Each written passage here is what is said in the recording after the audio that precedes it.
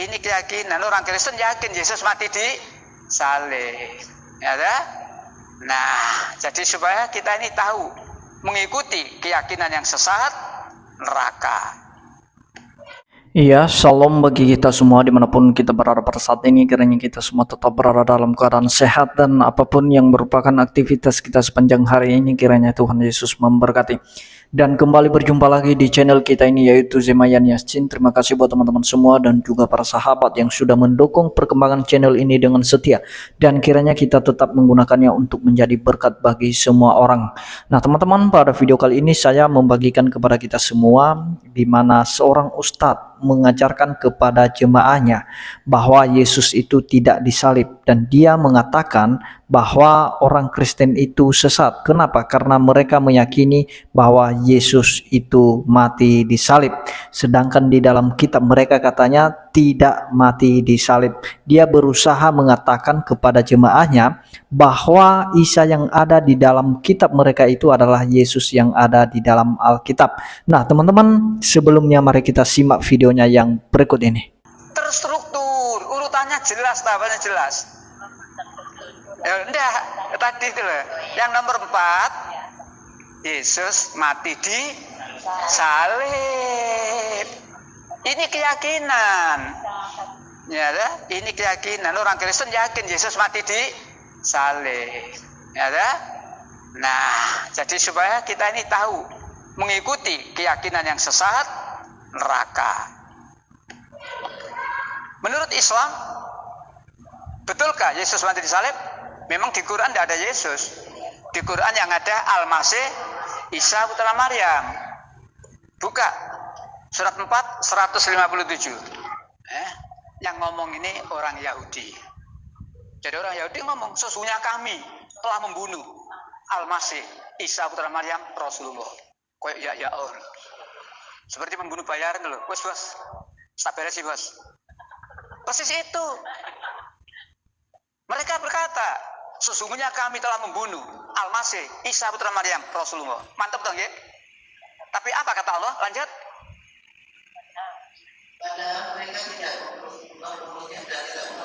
Stop. Ini jadikan pegangan. Allah menolak keras, Allah membantah tegas. Padahal mereka, satu, tidak membunuhnya. Yang kedua, tidak menyalibnya. Jadi kalau ada orang Islam nerangno, sebetulnya Nabi Isa itu sempat disalib tapi tidak sampai mati. Salah. Yang benar adalah tidak dibunuh dan tidak disalib. Siapa yang dibunuh dan disalib? Lanjut. Tetapi yang mereka bunuh adalah orang yang diserupakan dengan Isa. Sesungguhnya mereka yang berselisih pendapat tentang pembunuhan Tuhan Isa selalu dalam keraguan orang yang begitu. Mereka benar-benar tidak tahu siapa sebenarnya yang begitu. Mereka mengikuti persangkaan mereka. Jadi mereka tidak yakin telah membunuhnya. Itulah Quran. Delok rambutnya gondrong kayak Yesus.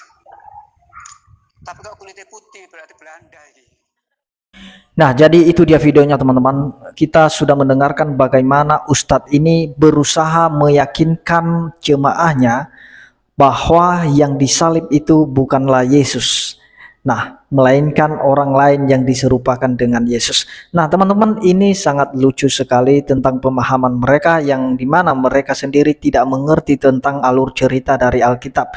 Mereka berusaha menyamakan antara Isa yang ada di dalam kitab mereka dengan Yesus yang ada di dalam Alkitab. Saya sudah berkali-kali mengatakan bahwa itu merupakan pribadi yang berbeda. Kalau misalnya Ustadz mengatakan bahwa Isa tidak disalib, tidak mati, ya silakan saja kalau memang dasar keyakinannya itu adalah kitab mereka. Tetapi jangan kamu berdasarkan keyakinannya itu pada Alkitab.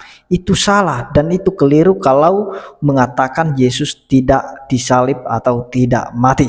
Nah teman-teman, itu yang sering keliru selama ini yang mereka pahami bahwa Yesus tidak disalib. Kenapa? Karena mereka mendasarkan iman mereka pada kitab mereka sendiri dan juga pada kitab Barnabas, yang dimana orang Kristen sendiri tidak mengimani kitab itu.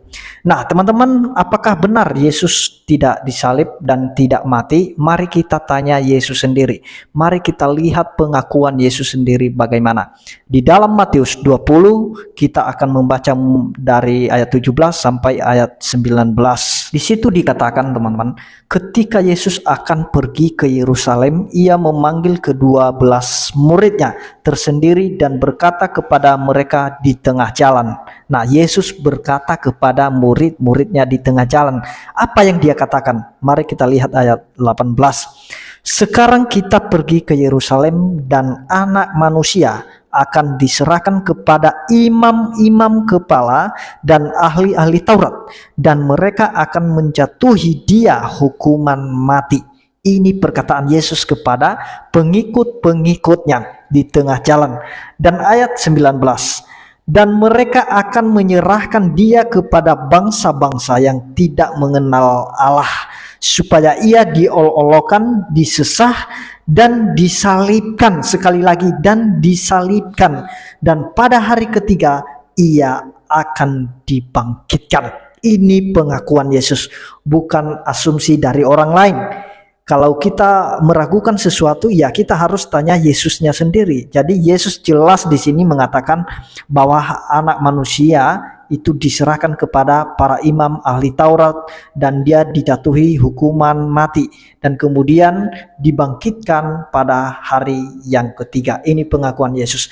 Dan sudah jelas teman-teman, kalau misalnya orang lain yang diserupakan dengan Yesus, maka secara tidak langsung Ustadz itu mengatakan bahwa Allah itu berbohong. Kenapa? Karena kalau sempat bukan Yesus yang bukan disalib itu, berarti Allah tidak menggenapi nubuatannya kepada para nabi bahwa Mesias harus menderita.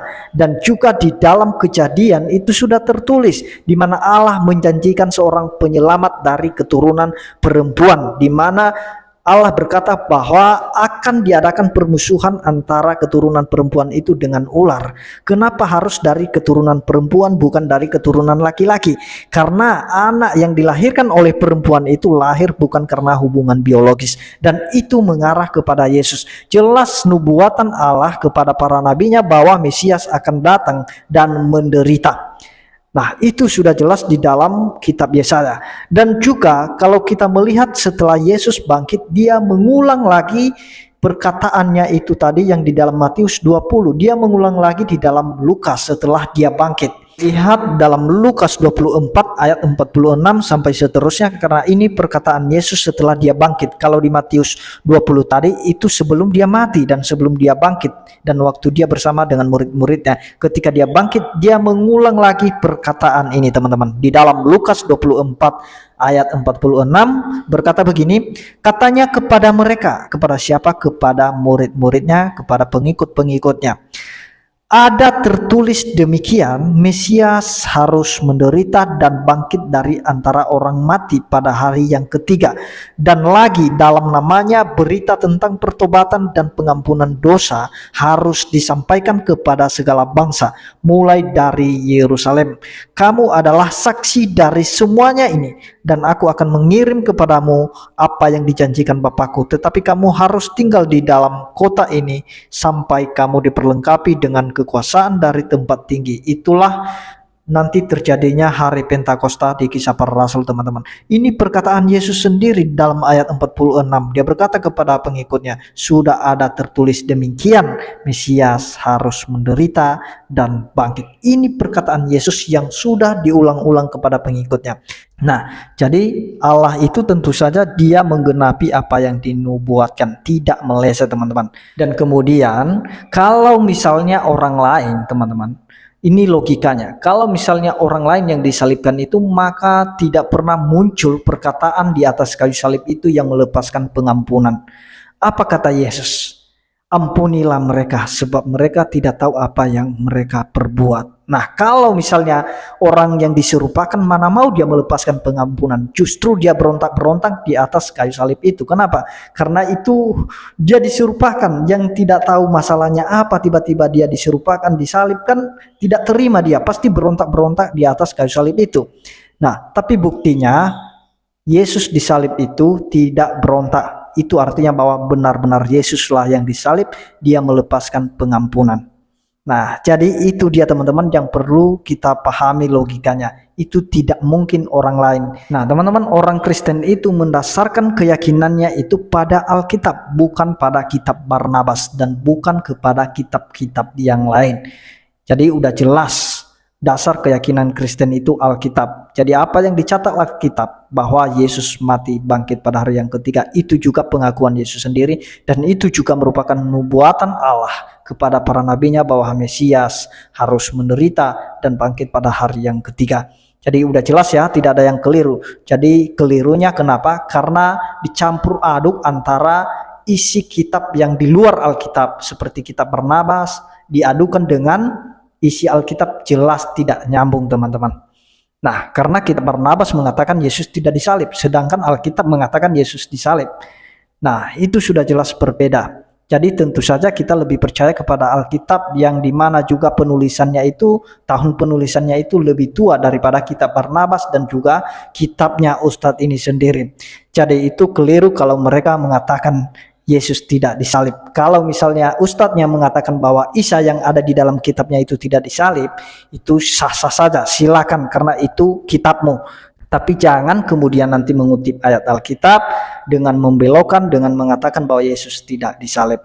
Jadi udah jelas teman-teman ya, kedua kitab ini berbeda. Kenapa berbeda? Karena penulisnya berbeda, tahun penulisnya berbeda, dan Allah yang berfirman pada kedua kitab itu adalah Allah yang berbeda. Sedangkan Allah yang berfirman di dalam Alkitab itu Allahnya Israel, Allahnya Abraham, Ishak, dan Yakub, yaitu YHWH, Elohim, Adonai, yang datang dalam rupa manusia yaitu Yesus Kristus. Itulah Allah yang berfirman, yang memberikan wahyu kepada para penulis Alkitab. Sedangkan Allah yang berfirman di dalam kitab suci Pak Ustadz ini itu jelas berbeda. Nah, jelas berbeda. Itu bukan YHWH dan itu bukan Elohim Adonai. Itu sudah jelas berbeda. Allahnya berbeda teman-teman ya. Orang Kristen dengan saudara kita yang Muslim atau Ustadz ini berbeda. Tuhan kita adalah Yesus Kristus, yang dimana dia adalah Allah YHWH yang telah datang dalam rupa manusia. Sedangkan Ustadz ini tidak meyakini hal itu. Itu tandanya bahwa Tuhan kita berbeda, Allah yang kita yakini berbeda, kitab suci yang kita imani berbeda. Demikian yang saya sampaikan teman-teman, kiranya Tuhan Yesus memberkati kita semua. Shalom.